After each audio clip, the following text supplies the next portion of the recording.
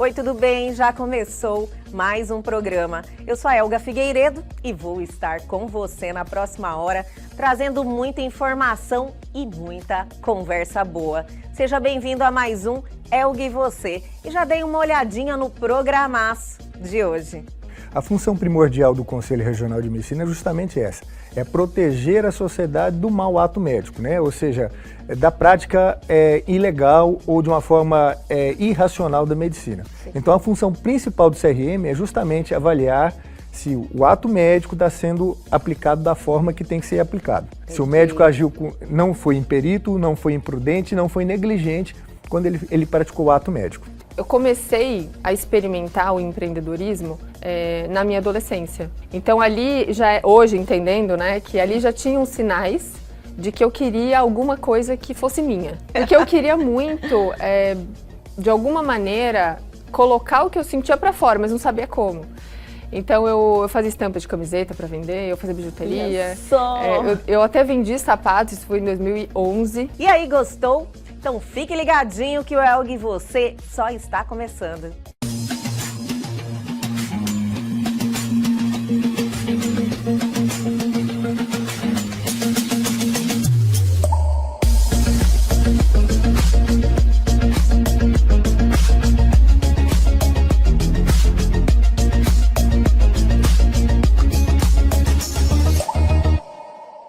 E a partir de agora temos uma conversa fantástica com ele, Dr. Luciano Flores Belo, que é mastologista e retorna ao nosso programa para a nossa alegria aqui, né, doutor? Eu sempre fico muito feliz quando eu tenho a oportunidade de ter esse momento com o doutor, esse bate-papo, que eu sempre saio melhor quando eu te encontro, quando a gente tem essa troca, e eu tenho certeza que os nossos telespectadores também. Então, seja bem-vindo mais uma vez. Elga, muito obrigado a todos que têm aqui a audiência sua, né, que é uma audiência grande, e são pessoas que têm um nível de conhecimento elevado. Então, assim, eu não canso de falar isso para você. Para mim também é sempre uma honra estar aqui com você. Você é uma pessoa de grande energia, uma grande batalhadora. E sempre que eu venho aqui também eu saio renovado desse bate-papo que a gente faz aqui de uma forma informal, mas ao mesmo tempo a gente acaba informando muita coisa. Eu acho que isso que a gente consegue atingir as pessoas, né? Elas realmente se conectam a eu e a você também, e elas absorvem também, eu acho, o conhecimento de uma forma leve. E essa sinergia, essa troca é que nos faz, assim, continuar. E, lógico, também receber um elogio do Dr. Luciano, né? Uma pessoa tão comprometida com a sua vida, com o fazer bem feito, com estar, assim, sempre bem, com essa prudência e responsabilidade com você e com todos à sua volta. Então, eu fico muito feliz. Muito obrigada, doutor. Obrigado, Elga. A recíproca é verdadeira. E tudo que a gente faz na vida, que é o nosso propósito, a gente se torna uma coisa leve, né? Mesmo que às vezes as pessoas acham que você tem algumas etapas difíceis, e que são difíceis, sim, mas quando é algo que realmente toca seu coração e você fala, vou fazer isso, fica leve. Na minha vida as coisas não foram fáceis, mas se tornaram leves porque eu sigo sempre o meu coração e o meu propósito. Nós conhecemos um pouquinho dessa trajetória, porque o doutor nos deu essa oportunidade, né? Já esteve aqui contando um pouquinho de como foi aí todo essa busca. Na realidade, o doutor já sabia o que queria fazer desde cedo, e isso aí é um presente, né? Sabia que queria ser médico, sabia que a medicina fazia parte da sua vida. Então, é uma bênção a gente conseguir ter essa clareza logo cedo, mas também ter essa força de buscar isso aí. Eu acho que é para poucos, mas a gente precisa contagiar as pessoas a realmente fazerem o que descobrirem primeiro e correrem atrás, né? Fazer isso acontecer, né, doutor? Elga. Hoje a gente vê tanta gente que ainda tem dúvida, né, do que fazer, por que veio. Demais. Porque assim, uma coisa é nós nascermos, né? Você está numa nova fase da sua vida, né? Você pode você pode sentir muito bem isso. Mas assim, nós nascemos e tem muita gente que fala assim, o que eu vim fazer aqui, né? Sim. Cada um tem um propósito, e o quanto mais cedo você descobrir isso, melhor. Então, quando a gente conta a nossa história, quando eu conto a minha história, quando você conta a sua história, a gente acaba estimulando certas pessoas que muitas vezes acham que não são capazes. E quando você escuta a história de alguém que você fala, puta, se ele conseguiu, por que eu não consigo? Às vezes é isso que está faltando, né? Para a Sim. pessoa ter essa atenção, falando, mas peraí, o que realmente eu quero? Quando a gente se faz essa pergunta, você para, nossa, e aí, o que eu quero de verdade, né, doutor? Isso é verdade. Eu aprendi na minha vida que tudo que você faz e faz com constância e tem um foco, você consegue. Não precisa ser o mais inteligente, não precisa ser o mais forte, você tem que ser o que tem constância na vida. Eu vou te falar, eu sou uma pessoa que tem um QI normal, né? Eu não sou uma pessoa que tem um QI acima da média, meu QI é um QI normal. E assim, vim de uma família humilde, já contei, não vou contar minha história de novo, mas a gente já contou aqui, né? Vim de uma família humilde e tudo o que eu quis na minha vida, eu praticamente consegui. Mas foi assim, constância.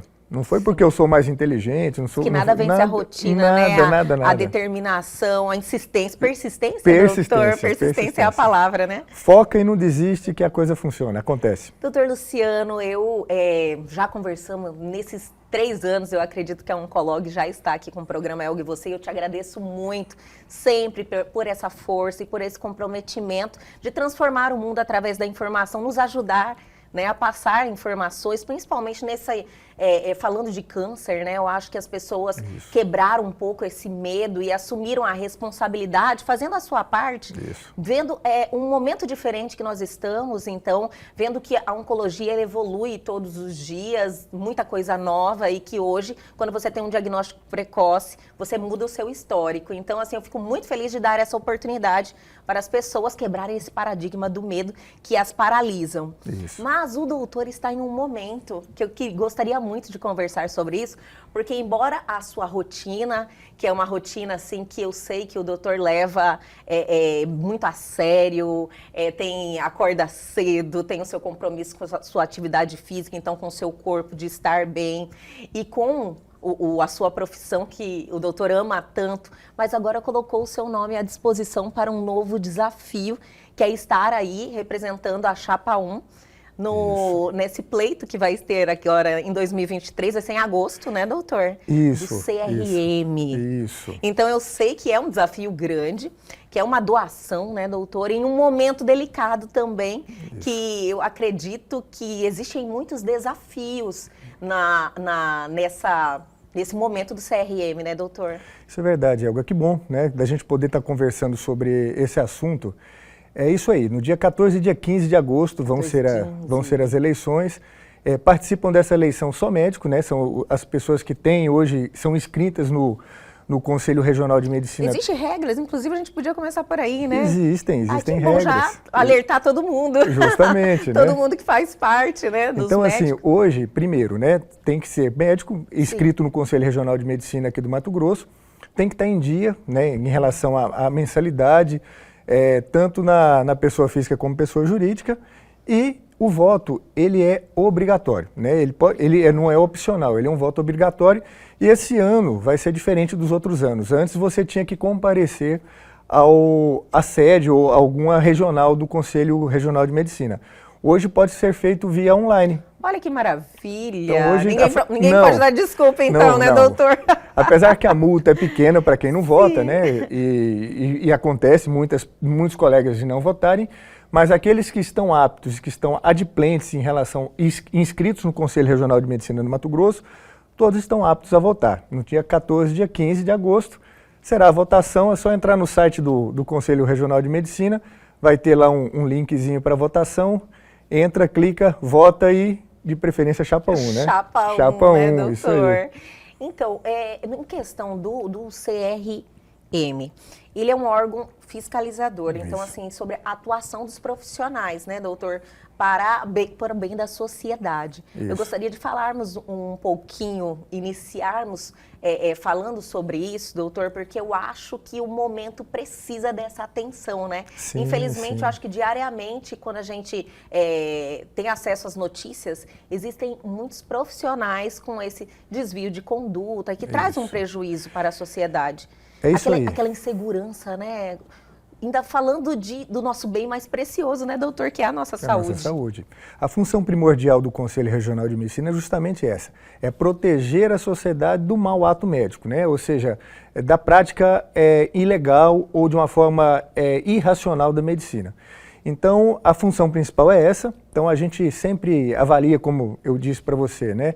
Se os médicos que aqui estão, se a forma que a medicina está sendo oferecida à população de uma forma geral, se é SUS, se é particular ou se é através do convênio, está dentro das normas estabelecidas, né, as normas éticas estabelecidas pelo Conselho Federal e pelo Conselho Regional de Medicina. Sim.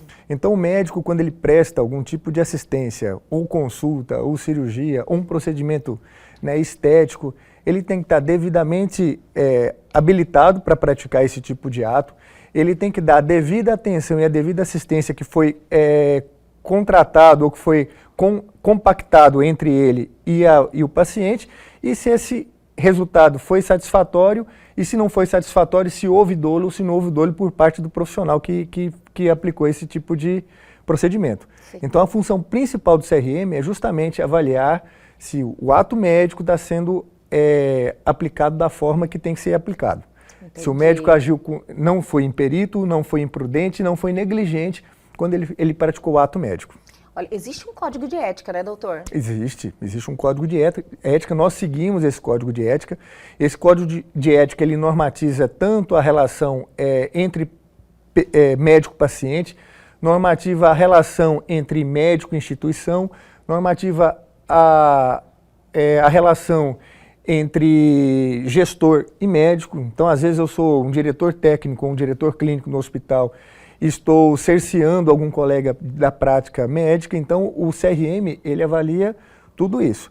E hoje a gente não pode esquecer que o CRM ele não é só punitivo, ele também serve como um intermediário entre o ato médico e a sociedade. Sim. Hoje a gente tem muita escola médica, hoje o Brasil ele só perde para a Índia.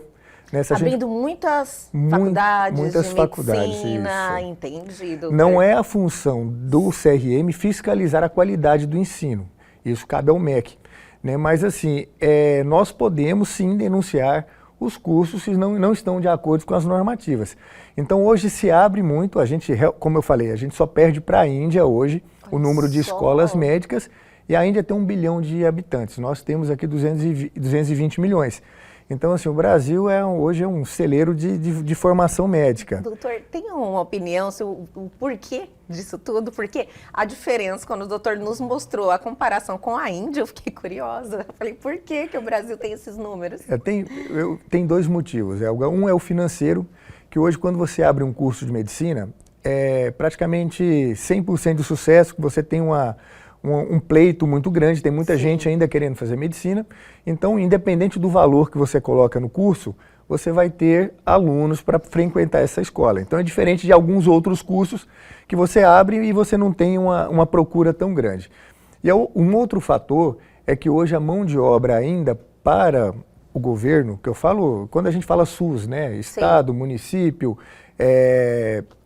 prefeituras, governador, o Estado federal e estadual, é que o custo ainda é muito alto. Então hoje você, para manter um plantão, é o tal da mão de obra. Se você tem uma quantidade maior, você diminui a oferta e procura. Então outro fator é este. Olha só, né? Mas eu acredito que precisa ainda ter mais atuação do CRM. Eu acho que o CRM fica mais sobrecarregado diante dessa situação, né, doutor? Outra coisa que a gente vê muito, Elga, por exemplo, não é que a gente denunciar falsos médicos. Tem muita gente que não é médico e coloca como médico. Falsas especialidades. Hoje está muito em voga isso, a pessoa se diz especialista, mas ela não é especialista. Então a nossa função é aquele médico que pratica o ato médico de uma forma consistente, consciente e de uma forma correta, ele é beneficiado pelo Conselho Regional de Medicina. Agora, aquele médico em que ele quer ludibriar o paciente, que ele age de uma forma desonesta, tanto com o paciente como com os colegas, esses são punidos pelo Conselho Regional de Medicina. Então, a gente vê muito isso. Se a pessoa tem especialização, se realmente é médico, revalida, a gente vê muito isso também, né? Um questionamento bem grande do revalida agora. Questionamento grande, tem muita gente fazendo medicina fora do Brasil, então assim, você não sabe como é a medicina, tem faculdades boas e faculdades ruins, então muitas vezes você pega um programa federal em que não quer fazer o revalida, ou seja, basta a pessoa ter um diploma médico, independente de onde ela teve esse diploma, ela pode atuar como médico no território nacional. Então, tudo isso a gente tem que levar em conta. E a Chapa 1, quando a gente fala de CRM, Chapa 1, a gente quer justamente isso. A gente quer continuar fazendo manter essa normativa entre sociedade e médico, mostrar que o CRM ainda continua sendo atuante para uma boa prática médica, mas em contrapartida ser mais próximo dos médicos também. A gente tem mais essa proximidade, a gente falar mais a respeito de cursos, né, de dar orientações em relação a ato médico, em relação a erro médico, atualizar em relação a vários tipos de temas que o médico que está no interior, muitas vezes ele não está podendo se conectar às informações, a gente poder levar essa informação a ele. Então a gente quer ser mais próximo. Esse conhecimento, né, doutor? Vamos ser mais próximos aos médicos. Porque às vezes, olha, o CRM fala de atuação do profissional, afasta um pouquinho, né, o órgão do médico. Então, lógico que defender, acolher a sociedade está em primeiro lugar, porém essa proximidade com o médico também, com certeza, cria um cenário que vai transformar essa realidade que a gente se encontra hoje. Sim, a pessoa tem que entender isso, Elga. Eu falo assim, o médico que faz uma boa prática médica, ele não tem que ter medo disso. Sim. Então, muitas vezes, a pessoa tem medo. Quando você fala assim, porque existem alguns trâmites dentro do conselho, os conselhos federais de medicina, né? Quando há uma denúncia, você abre o que a gente chama de sindicância, que é a primeira instância, para você ver se houve dolo ou não. Então, se você achar que teve algum indício de dolo, você abre aí um processo ético médico, que o médico ele tem a chance de se defender, para mostrar se foi aquilo mesmo ou não. Hoje, aqui no Mato Grosso, nós temos mais ou menos 650 sindicâncias por ano. Ou seja, são 650 denúncias, nem todas são realmente fato, nem todas realmente teve dolo ou que o médico teve culpa, mas são 650 sindicâncias. Uma das propostas da Chapa 1, que é essa chapa que eu participo, sou eu e mais 39 colegas médicos, é que a gente diminua esse número de sindicância. Então, muitas vezes, existe uma denúncia boba, às vezes uma denúncia administrativa que não tem nada a ver ao Conselho Regional de Medicina, e a gente pode extinguir mesmo sem abrir uma sindicância. Avisa e fala, olha, teve uma denúncia, essa denúncia não é pertinente ao Conselho Regional de Medicina, é outro órgão, a gente extingue e a gente diminui muito o número de sindicância.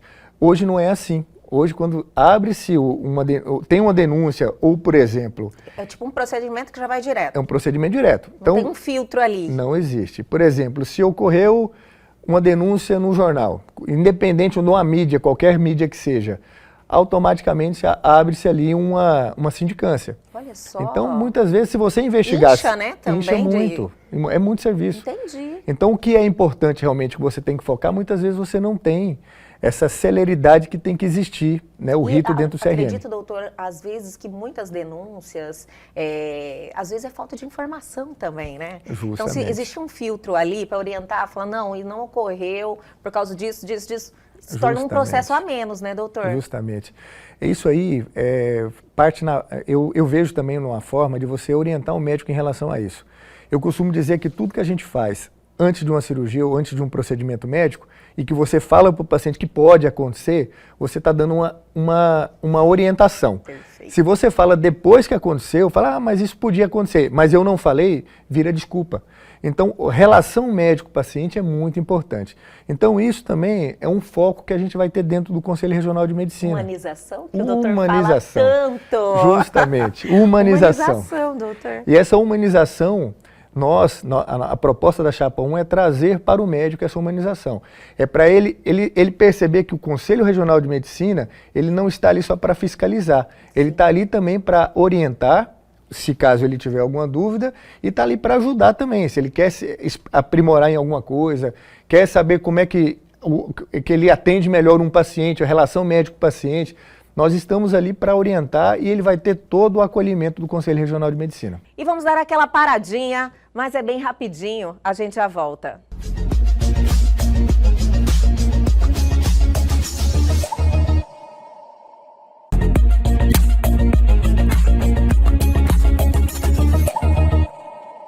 Estamos de volta com ele, doutor Luciano Flores Belo. Doutora, a comunicação é um problema geral, né, que muitos, em vários segmentos da vida, as pessoas enfrentam. E eu acredito que a medicina ela ainda sofre um reflexo das gerações passadas nessa questão da relação médico-paciente. Porque muitos médicos acreditavam que a pessoa não vai entender mesmo o que eu estou falando, quem estudou sou eu, né? Então ele distanciava um pouco a Isso. explicação. E eu acredito que muitos ainda, embora eu percebo até pela conversa que eu tenho com o doutor e com todos os profissionais da Oncolog, que isso vem mudando, mas ainda tem muitos que falham nesse momento, né? De passar a informação correta, em detalhes, para a pessoa entender muito bem o que está acontecendo naquele momento. Isso é verdade, Elga. Você está na comunicação, você sabe melhor do que eu. Sim. Muitas vezes eu tenho uma ideia formada na minha cabeça e eu falo, igual nós estamos conversando aqui.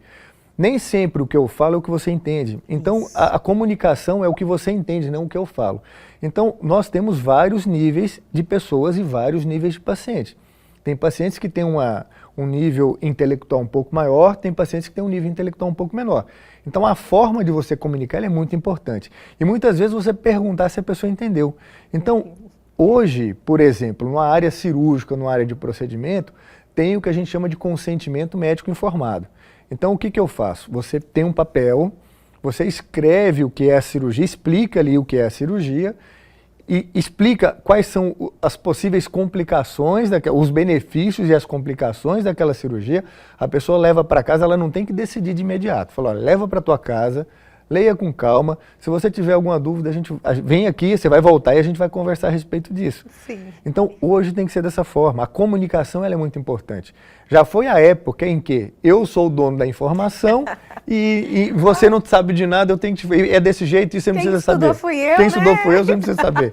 Já foi isso, não existe mais. Não existe mais, Não eu existe também mais. concordo com isso. Eu acho que o CRM precisa também mostrar para os médicos, né, uma forma ou de repente trazer informações para que eles evitem essa situação ou traga isso com mais responsabilidade, que eu tenho certeza que diminui muito os processos, né, doutor? Sim, e nós vamos fazer isso, né? Nós vamos... Isso aí está na pauta dentro lá? das nossas propostas, né? Fazer as câmaras em que você vai... Conteúdo informativo? Informativo, tudo isso, né? Mostrando como que os médicos podem diminuir a chance de ter algum problema, algum tipo de problema ético Sim. com os pacientes.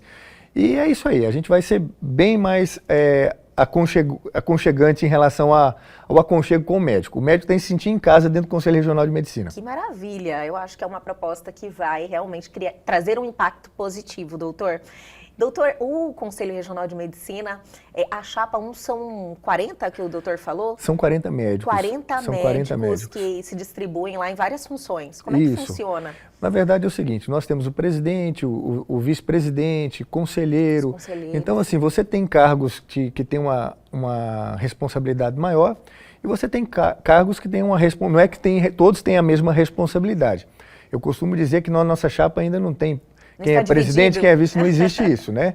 Ali está todo mundo trabalhando em prol à medicina, em prol aos colegas médicos e futuramente, eu não entrei nessa proposta para cargo, eu entrei pelo propósito. Sim. Então, alguns colegas me convidaram, você já me conhece, eu falei que não iria entrar em mais nada Por isso que eu admirei, justamente. Eu falei, nossa, doutor, ainda vai arrumar um tempinho a mais. Eu tenho essa, né, que é de cuidar da Mas eu fiquei muito feliz, viu, doutor? Não, eu também fiquei, porque assim, as pessoas me convenceram. Sim. Pelo propósito. Então, quando os colegas que lá estão, que são pessoas muito queridas e muito éticas, chegaram e falaram, Luciano, nossa proposta é essa, nós queremos mudar isso dentro do Conselho Regional de Medicina.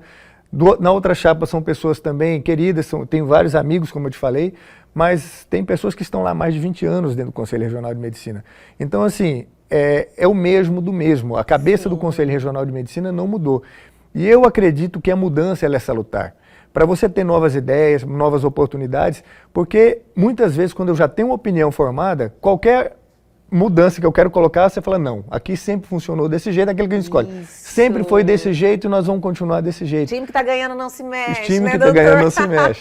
Então, nossa intenção é justamente essa, é dar uma mudada, é dar uma oxigenada, é trazer novas ideias, é fazer com que o Conselho Regional de Medicina realmente continue sendo fiscalizador, continue fazendo o papel que ele nasceu para fazer, mas ao mesmo tempo ser mais parceiro, ser mais próximo do nosso médico, que hoje em dia está muito desvalorizado, e eu sei como é que é, porque eu trabalho muito ainda, trabalho tanto no SUS, trabalho em clínica privada, já prestei serviço para o Estado, já prestei serviço com pessoa física, pessoa jurídica. Então, assim, eu conheço muito bem como é que funciona o trabalho e a prestação de serviço médico dentro do Estado do Mato Grosso. É por isso que eu fiquei muito feliz, doutor. Eu falei, olha, o doutor Luciano colocou seu nome à disposição, né, para mais esse desafio, que não é qualquer desafio, né, isso envolve uma classe muito importante. E é uma pessoa que vem muito pautado em muitos valores que eu admiro muito. Então eu falo, olha, na realidade, eu falo muito assim, o que a gente não pode é se calar, né? Isso. Então, assim, se você tem uma oportunidade, pessoas com valores, pessoas que conhecem de um segmento como o doutor e atuar em um órgão como o CRM, nos dá esperança, entendeu, doutor? Olha, Elba, eu fico feliz. Você já me conhece, eu fui professor na Unic muitos anos. Hoje eu continuo na Univag, né? Já na Unemat em Cáceres, eu fui um dos pioneiros também no curso de medicina da Unemat. E eu sempre valorizei a humanização em tudo. Então a humanização da medicina ela é muito importante. O que é essa humanização? É o acolhimento. É isso que a gente está fazendo. A forma que nós estamos conversando é conversar com o paciente, é você ter esse acolhimento. Fazendo isso você diminui em 90% dos seus problemas, ou seja, a relação médico-paciente. Da mesma forma que eu tenho um bom relacionamento com os meus pacientes, eu tenho bons relacionamentos com os colegas médicos. Então eu quero trazer também, né, de uma forma mais geral, para os colegas que são médicos, esse acolhimento dentro do Conselho Regional, que já é difícil. Quando você está sendo julgado, processado por um ato médico, que pode ser que realmente você tenha culpa, pode ser que você não tenha culpa, você só vai saber disso no final, né, do julgamento, é uma situação muito difícil. Quem já esteve lá sentado lá naquela cadeirinha do Conselho Regional de Medicina e várias pessoas à sua volta questionando, fazendo um monte de pergunta para você, não é fácil. Só quem passou por isso sabe o que é. Então, assim, não é passar a mão na cabeça da pessoa, mas ela saber que as pessoas que estão ali, elas estão com a cabeça aberta para ouvir e saber se realmente aquilo é um fato concreto ou se aquilo não é um fato concreto. Que maravilha, doutora. Eu fiquei muito feliz com esse bate-papo. Conheci um pouquinho mais sobre o Conselho Regional de Medicina e também, né, das suas propostas para esse novo momento agora. Esse pleito que já está aí, né? Agosto. Sim, dia 14 e 15 de agosto. Vai ser 14 e 15 de agosto. A gente estamos nas mídias sociais, né? Temos o Instagram lá da nossa. Colocar aí vamos, Instagram. tem lá Chapa 1, Conselho Regional de Medicina. Lá tem as propostas. Todas as propostas, quem são as pessoas que compõem a chapa. A gente tem colocado isso nas mídias também, a gente tem conversado pessoalmente e está tendo uma boa aceitação, né? Todos sim, nós, eu assim... tenho visto alguns conteúdos, dei uma olhada lá, eu achei muito legal, muito interessante. Eu acho que a sociedade como um todo precisa entender melhor, né? Sim. Porque a gente ouve falar e muitos, inclusive, doutor, às vezes não se sentem seguros em relação a alguns profissionais, mas existe uma consulta lá no CRM que você consegue fazer pelo número, né? Justamente. Tão fácil, então às vezes a população não tem essas informações. É uma questão de você buscar também esse conhecimento. Justamente. Está lá disponível, né, doutor? É a mesma coisa. Então, a gente falando de um público de uma forma geral. Então, você vai procurar fazer um tratamento estético, veja se o seu médico, né, que você está procurando, se ele realmente ele está inscrito no Conselho Regional de Medicina, se aquele é a especialidade dele. Isso. Essa é a função do Conselho Regional de Medicina, proteger você, consumidor final, de uma boa prática médica. Sim, então tem muitos recursos as lá informações estão lá, as informações estão lá. Então, assim, antes de fazer um procedimento, antes de procurar, investigue. Hoje a gente tem muita informação, não é todo mundo que tem isso. Então, ainda existe um charlatão que consegue passar conversa em muita gente. Demais. Mas logo, logo isso aí acaba. A gente falou, nossa, estamos em 2023, está acontecendo isso, mas ainda acontece, né, doutor? Acontece. Doutor, então, os próximos 5 anos, então, vai ter um planejamento, assim, que vai incluir mais essa atividade? Isso, nós vamos fazer isso. Está todo mundo empolgado, todo mundo novo, todo mundo com vontade de mudar, de fazer as coisas, e eu acho que isso que importa. Sim. E como eu te falei, às vezes a pessoa fala, não tem experiência. Eu já fui conselheiro, né? Como eu te falei, já fiquei 5 anos lá. Nós temos muitas pessoas dentro da nossa chapa com muita experiência, com diretor de hospital, já foi da associação médica. Então, assim, experiência e força de vontade nós temos. E como eu falei para você no começo do nosso bate-papo, eu não preciso ser o mais inteligente, eu tenho que ter constância. Então, se eu quero alguma coisa, eu estudo, eu vou atrás, eu me capacito e fico bom e se brincar o melhor naquela área. Olha que então, assim, a vida é dessa forma, né? E dentro do Conselho Regional de Medicina, a gente não vai fazer diferente, não. Nós vamos mudar a cara desse Conselho Regional de Medicina e você pode ter certeza, a sociedade vai ver essa diferença e os colegas médicos também vão ver essa diferença. Doutor, olha, eu fico muito feliz, de verdade, sucesso aí nesse Obrigado. novo momento. Estou aqui na torcida e quero que o doutor volte aqui antes de agosto para passar mais informações. Tenho certeza que essa jornada aí tem muita atividade, né, doutor? E o conhecimento sempre é importante a gente passar para todos. Sim, eu tenho certeza disso, Elga. E logo a gente pode estar falando também da boa prática médica, né? Quais são, assim, alguns passos que as pessoas têm que ter antes de procurar um profissional na área de saúde, né? A gente pode falar sobre isso também, falar assim, olha, passo a passo de como descobrir se o seu médico é capacitado ou se não é capacitado para resolver aquilo que você está procurando. Adorei, já vamos marcar, vamos doutor. Sim, vamos sim. Muito obrigada, de verdade, mais uma vez por essa participação, sempre sensacional e até a próxima, doutor. Obrigado, eu que agradeço e estou à disposição. Obrigada.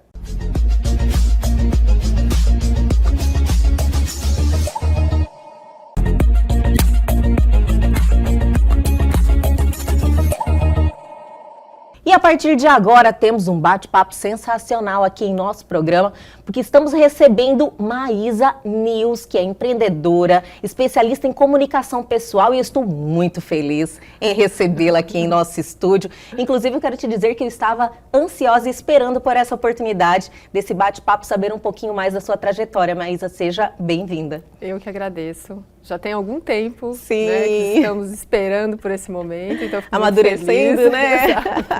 Então eu fico muito feliz com o convite, é um prazer enorme estar aqui e espero contribuir um pouquinho mais para esse programa que é tão especial por todo mundo. Já está contribuindo, né? Já tivemos uma préviazinha de conversa antes de iniciar aqui o bate-papo com o pessoal também junto lá de casa, e eu já virei sua fã. Eu já sabia um pouquinho da sua história, que é uma trajetória assim, que é inspiração para as outras pessoas, é exemplo, e eu gostaria de começar por aí. Eu falei no início da entrevista que você é especialista em comunicação pessoal. Eu acho que comunicação é algo muito importante, principalmente no momento atual. Quando que te despertou esse interesse pela comunicação? Foi uma necessidade ou foi algo que sempre você tinha traços na sua personalidade? Bom, eu sou apaixonada por comunicação e eu vejo a comunicação como algo que é uma ferramenta de autoexpressão. Então eu gosto muito de entender e também de falar de um jeito que a comunicação é algo que é natural do ser humano. É uma habilidade que a gente pode sim desenvolver. Eu acredito muito nisso. Então, a minha paixão por isso começou muito cedo, no sentido de querer me expressar. Então, eu queria me expressar, eu queria fazer de um jeito que fosse meu. E por isso que eu decidi abrir a minha primeira marca, que é a Maísa Nils Brand, e onde eu consegui, através ali daquilo que eu sentia, das coisas que mexiam dentro de mim, das minhas emoções, materializar isso em produtos. Então, era uma forma que eu identificava que eu poderia me expressar. Isso é um valor importante na minha vida. Sim. Não só de expressão, de autodireção, tanto de pensamento quanto de ação. Isso é uma coisa que eu acho que faz muito sentido para mim. Então, talvez eu não tenha um momento exato que que aflorou esse desejo de me comunicar e de me expressar. Acho que era algo que estava escondido e que aflorou aí no sentido de colocar isso em prática através de produto. Quando você lançou a sua marca, você falou que foi algo meio em conjunto, né? Quando você viu a necessidade da comunicação. Você consegue entender se a vontade de lançar um produto seu, você tinha essa vontade antes de você entender que você precisava adquirir esse conhecimento? Tinha. Porque eu comecei a experimentar o empreendedorismo na minha adolescência. Então ali, hoje entendendo, né, que ali já tinham sinais de que eu queria alguma coisa que fosse minha. Então Olha que precoce também. Porque eu queria muito, de alguma maneira, colocar o que eu sentia para fora, mas não sabia como. Então eu fazia estampa de camiseta para vender, eu fazia bijuteria. Olha só! Eu até vendi sapatos, isso foi em 2011. Eu comprava uns sapatos, que era um catálogozinho que tinha, assim, é como se fosse uma revista de cosméticos, mas que eram de sapatos. E quando eu olhava aqueles produtos, eu achava tudo bonito, mas aí eu falava, não, quando chegava o produto, quando eu pedia, eu falava, mas podia ser diferente, acho que podia ter uma coisa ali, outra aqui. Então, hoje, entendendo, né, tendo a clareza do significado que é a gente se expressar do jeito que a gente quer, da maneira que é mais confortável, respeitando a nossa individualidade, hoje eu vejo que aquilo já era um sinal, assim, que já estava ali dentro de mim, eu não sabia como colocar isso para o mundo. Com certeza, era algo que estava ali dentro de você e você estava trabalhando e aflorando tudo isso, né? Mas você também não parou por aí, quando você lançou a sua primeira marca, foi algo que você foi buscar mais conhecimento em relação à comunicação, e você entendeu que não tinha muito mais, né, Maísa? Porque aí eu busquei a fonte, né? Eu queria fazer o sapato. Então, assim, não era só me expressar.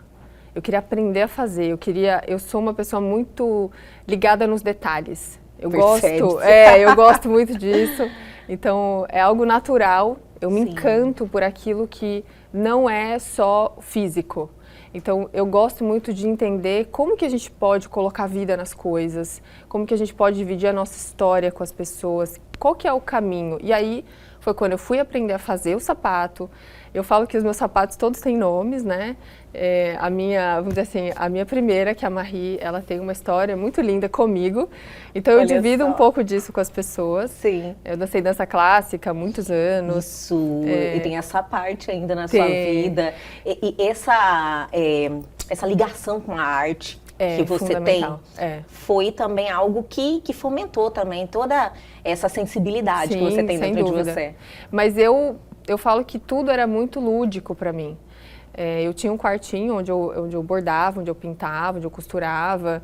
Então ali era um mundo de fantasias, entre aspas, onde eu fazia os sapatos, né, eu fazia mesmo, mas não era eu não sabia o que era. Então hoje, né, buscando conhecimento, técnicas, ferramentas, recursos, eu entendo que a gente pode sim transportar aquilo que a gente sente, quem a gente é, seja num produto ou seja num serviço. Então, a dança clássica, assim como a arte num todo, estimula muito a minha sensibilidade. Então, eu amo de paixão a cerâmica, as pinturas, a aquarela. Eu falo que quando eu tenho um tempinho, eu vou lá e me sujo inteira. Você arruma tempo? É que é uma terapia hoje em dia para você, né? É aquele momento de relaxar, descarregar toda aquela energia. Eu faz amo. parte, e na realidade é necessário, né, Maísa? Porque assim, acho que cada pessoa tem o seu jeito de se conectar com si, sabe? Assim, é algo que para mim não tem um caminho único, assim como para mim também não tem uma verdade única. E encontrar esse jeito que a gente tem de se conectar com a gente, assim, eu acho que eu falo que a mágica acontece aí, sabe? Com certeza. Esse minuto, nem que seja um minuto, nem que seja, sabe, uma vez na semana, ou de algum jeito, pra gente começar a exercitar eu falo que é um exercício da vida real, assim, o exercício de ser a gente mesmo. É bem então, assim, ajuda faz muito. Uma diferença tão grande, né? Você dá aquela resetada naquele momento lá e volta com energia total, né? E eu queria muito, assim, continuar no criativo, né? Eu queria muito continuar no processo criativo e caminhar por isso. Claro, não é que eu não me considero uma super especialista nos sapatos, mas eu busquei nas técnicas esse apoio, esse suporte para entregar um produto que não é só bonito, né? Ele tem uma parte de mim toda ali e eu fico muito feliz que as minhas clientes também falam isso para mim, né? O meu retorno é muito positivo. Eu acho que a peça é tão exclusiva, é feito com tanto carinho, sabe? Com tanto zelo, com tanto cuidado, com tanto amor, sabe? Eu acho que tudo que você imagina, você conseguiu retratar, né? Então, assim, não tem como, é uma conexão emocional que eu acho que as suas clientes acabam fazendo. Por isso que eu falo assim, que o técnico, e eu levo isso seguindo, né, essa minha trajetória, quando eu queria oferecer o serviço, quando eu quis oferecer o serviço, Eu pensava em formas de como que eu poderia conectar as coisas, então, para não ser uma coisa distante da outra. E pensando na ideia de técnicas, eu sou super a favor, eu acredito muito, e a gente, profissional, trabalha com técnicas, a gente constrói a nossa trajetória muito voltado nas técnicas, mas o que conecta é o relacionamento. É o que é real, é o que é verdadeiro, o que é humano. Sim. E é uma das coisas que, quando eu decidi lançar o Pureza Visual, que também foi ali na pandemia, eu queria muito mostrar para as pessoas que era possível a gente abraçar a nossa humanidade, reconhecer a nossa história e aí desenhar, costurar um jeito que funciona para você de se comunicar e de se expressar. Então, de alguma maneira, tem a minha conexão ali com a minha marca, né, com os meus produtos, meus sapatos, meus acessórios, de um jeito talvez um pouquinho diferente, porque a gente pegar num produto é diferente, né? Mas o Pureza veio com essa continuidade, né, no meu ponto de vista, de ver... Um amadurecimento também, né, de tudo que você já estava fazendo, também. De todo o conhecimento que você estava adquirindo. Vou chamar o intervalo, o bate-papo tá espetacular, mas é bem rapidinho, o tempinho da água, a gente já volta.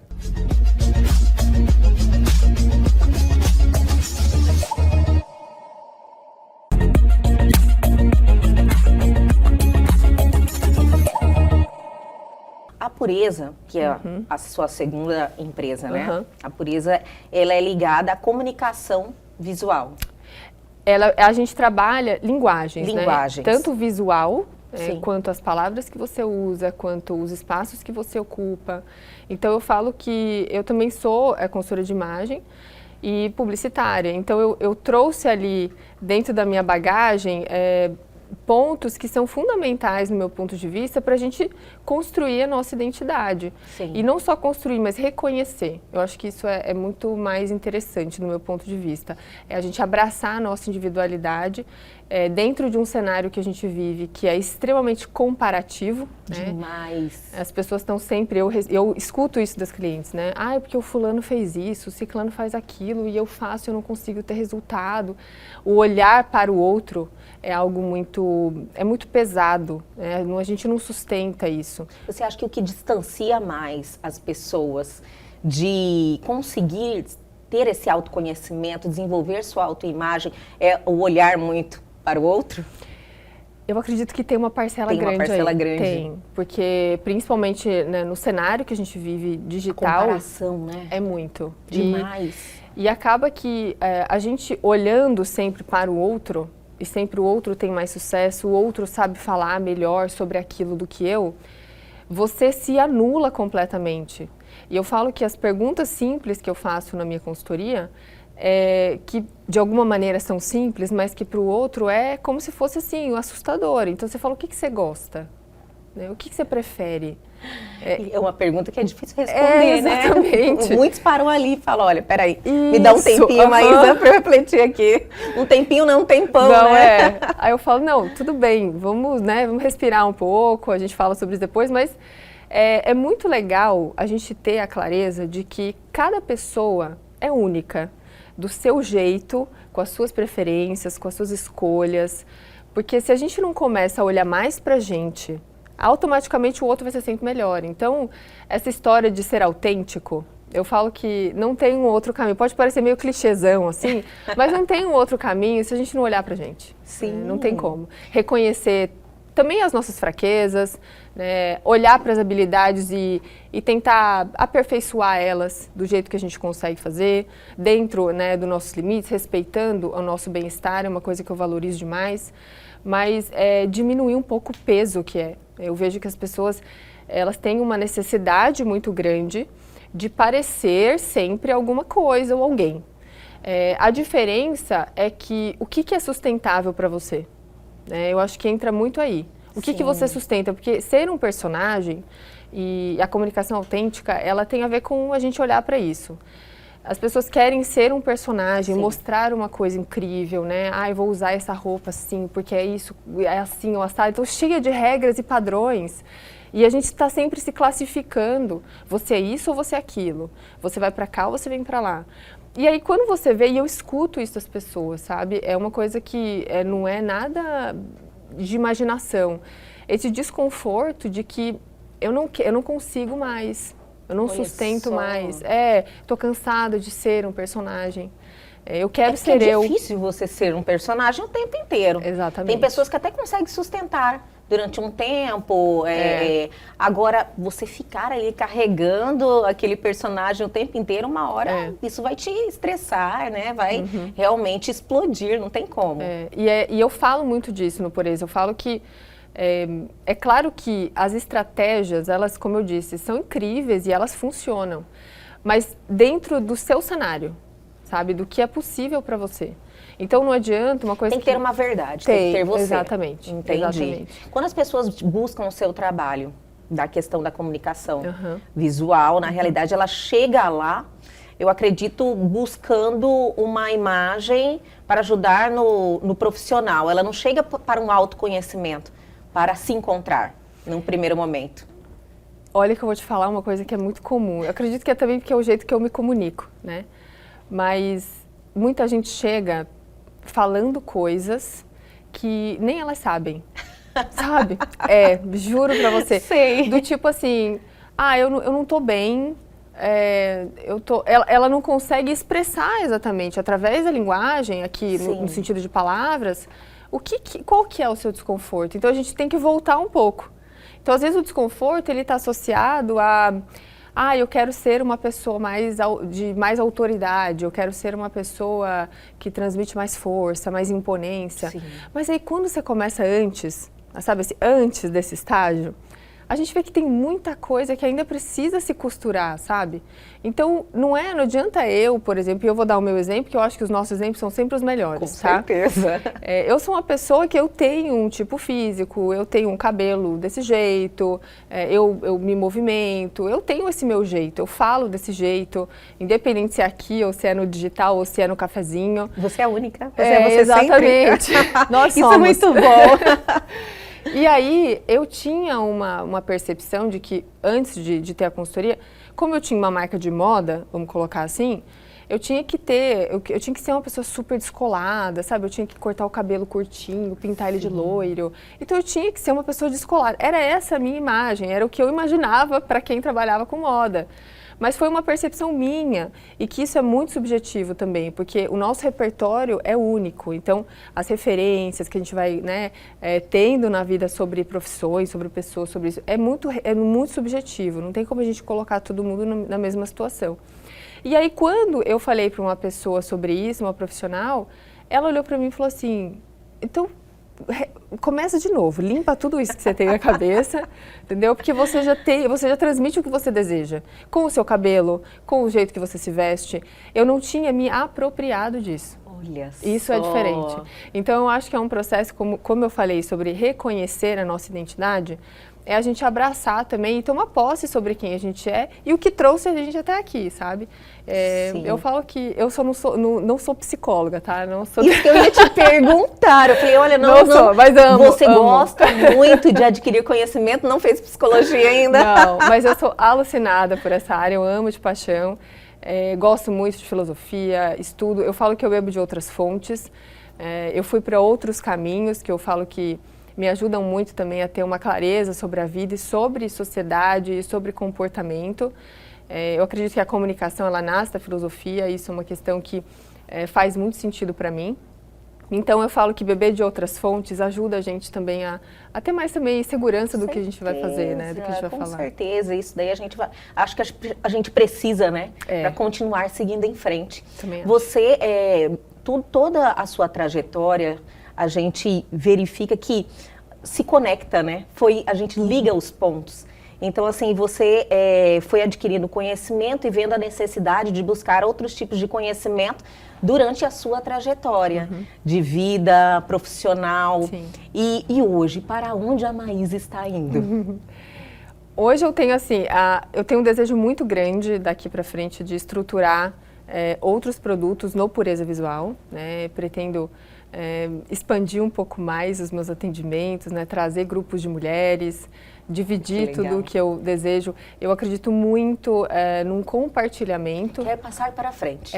E fazer com as pessoas, né? Eu acho que fazer com as pessoas, perguntar como que eu posso te ajudar, trazer esse processo do coletivo. Eu acho que isso para mim é fundamental, me disponibilizar. Te preenche isso? Sem dúvida nenhuma. Acho que o meu papel no Pureza, assim, é encorajar pessoas, né?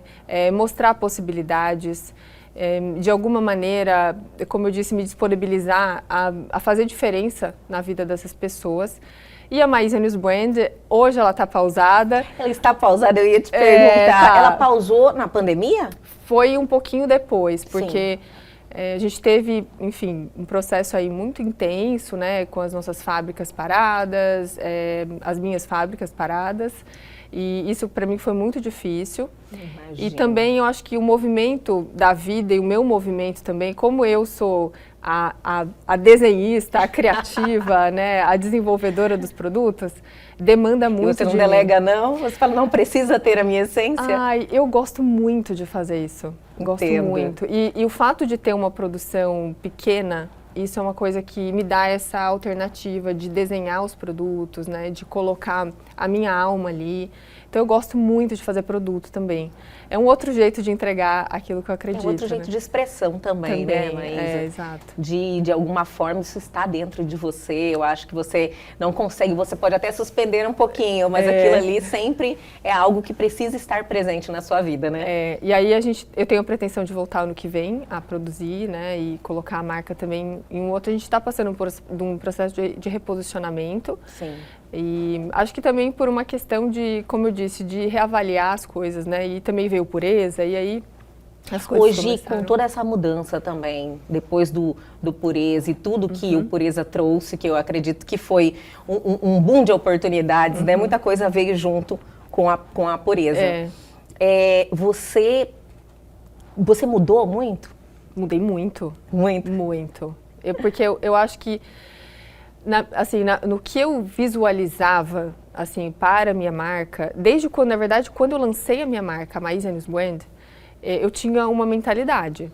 Eu pensava de um jeito, eu era muito introvertida. Olha né? só. Juro. Eu não mostrava meus desenhos para ninguém, assim, eu Tipo, morria de era vergonha. só meu, não tinha vergonha? Tinha muita vergonha. Eu também, durante um tempo, eu fiquei com muito medo do que as pessoas iam pensar. O laço da Marie é um lação. Maravilhoso. Então, assim, vamos mostrar a Marie para as pessoas conhecerem. Tinha algumas coisas assim que me deixavam com medo mesmo, eu confesso, assim, eu não tenho problema nenhum de falar isso, porque fez parte do meu processo, né, como pessoa, como profissional. Então, eu recebi, inclusive, algumas críticas na época de que era sapato, era sapato de princesa, que né, ninguém ia poder usar, enfim, e um monte de outras coisas. Como se fosse algo distante. Isso, Sei. E aquilo me chocou muito, eu falei, nossa, mas será que é isso? Então, assim, eu passei por um processo também de me apropriar de mim mesma, e acho que isso é muito importante. E eu vejo que tudo isso, assim, olhando de quando eu lancei a marca, de quando a gente começou a divulgar, de quando a gente começou também a sair daqui, hoje eu venho do Brasil todo. A gente teve uma felicidade muito grande de ficar no shopping JK, lá em São Paulo, então convites de pessoas. E aí eu vejo que eu, Maísa, também passei junto com a minha marca esse processo. E eu vejo que daqui para frente, olhando tudo que eu venho construindo, que eu já construí, eu tenho um desejo muito grande de usar as minhas habilidades para também oferecer novos caminhos para as pessoas. Então, é o meu jeito, como eu disse, né? É o caminho que eu vejo que faz mais sentido para mim também. Apoiar as pessoas. Acho que é uma retribuição sem também, dúvida, né? Sem dúvida. Você falando um pouquinho antes da pandemia, aí teve o processo da pandemia, que eu acho que foi um processo assim, muito importante na sua vida, né? Então, mas foi em pouco tempo uma transformação. Foi, porque eu acho que nesse período da pandemia, quando eu me vi naquela situação que eu falei, ninguém vai comprar sapato, né? Poxa, o que eu faço? Até a gente fez um modelo ninguém na nem saiu de época. casa, Não. né? Eu falei, meu Deus, e agora? Como que vai ser? Ninguém sabia de nada. Eu também peguei 2 vezes o Covid. Pegou 2. Então foi uma coisa que para mim foi muito assustadora, assim, as pessoas, elas estavam morrendo e a gente não sabia o que estava acontecendo. E aí aquilo veio como um choque, né, para mim, assim, né? Eu falei, bom, eu não tinha como produzir, não tinha como fazer, então eu tenho que usar as minhas habilidades, e aí entra muito a história do que eu falo para os clientes, é que a gente olhar o que a gente é boa fazendo, Sim. sabe? Como que a gente pode usar isso que é bom, que é uma habilidade, para desenvolver alguma coisa. Então, foi aí que eu identifiquei que a Maísa, a publicitária, da comunicação, ela existe, sempre existiu, e ela voltou ativa, vamos dizer assim. Adorei mesmo saber um pouquinho mais de você. Como eu te falei no início da entrevista, eu conheci a sua história pela Fabi Totti. Ela me trouxe, inclusive, falando da Marie, né? E eu fiquei apaixonada e conheci um pouquinho da sua história e ficamos amadurecendo esse encontro. Então, eu estou tão feliz que você esteja aqui hoje e que eu tenha essa oportunidade de conhecer melhor você, saber um pouquinho mais a fundo a sua história e poder passar para os nossos telespectadores, que eu acho que o exemplo constrói, Maísa. Então eu quero te agradecer muito por esse momento, por estar aqui com a gente, pelo seu tempo e dizer que a casa é sua. Quando você quiser voltar Obrigada. aqui, a gente fica muito feliz. Eu tô adiante, assim, porque eu acho que a oportunidade, eu sempre falo assim, que os espaços que as pessoas oferecem para quem é empreendedor, para quem está buscando, né, ter uma fatia ali, né, desse espaço, é tão rico a gente ter pessoas que também se disponibilizam a receber profissionais, né, empreendedores. Então eu fico muito feliz e quero muito ver cada vez mais outros empreendedores aqui, sem dúvida nenhuma. Com certeza. Adorei esse bate-papo, tenho certeza que vai ser o primeiro de muitos, viu? Até a próxima. Obrigada. Igualmente, obrigada. Eu que agradeço. E o nosso programa de hoje fica por aqui, mas calma, que amanhã a gente volta. Perdeu algo, quer entrar em contato com a gente? Atenção, oportunidade. Pegue o seu celular agora e aponte a sua câmera ao QR Code que está aí na sua tela. Vá direto ao nosso canal no YouTube e este bate-papo, esse programa maravilhoso, já está lá disponível para você. Aguardo vocês amanhã aqui na TV Pantanal, canal 22.1.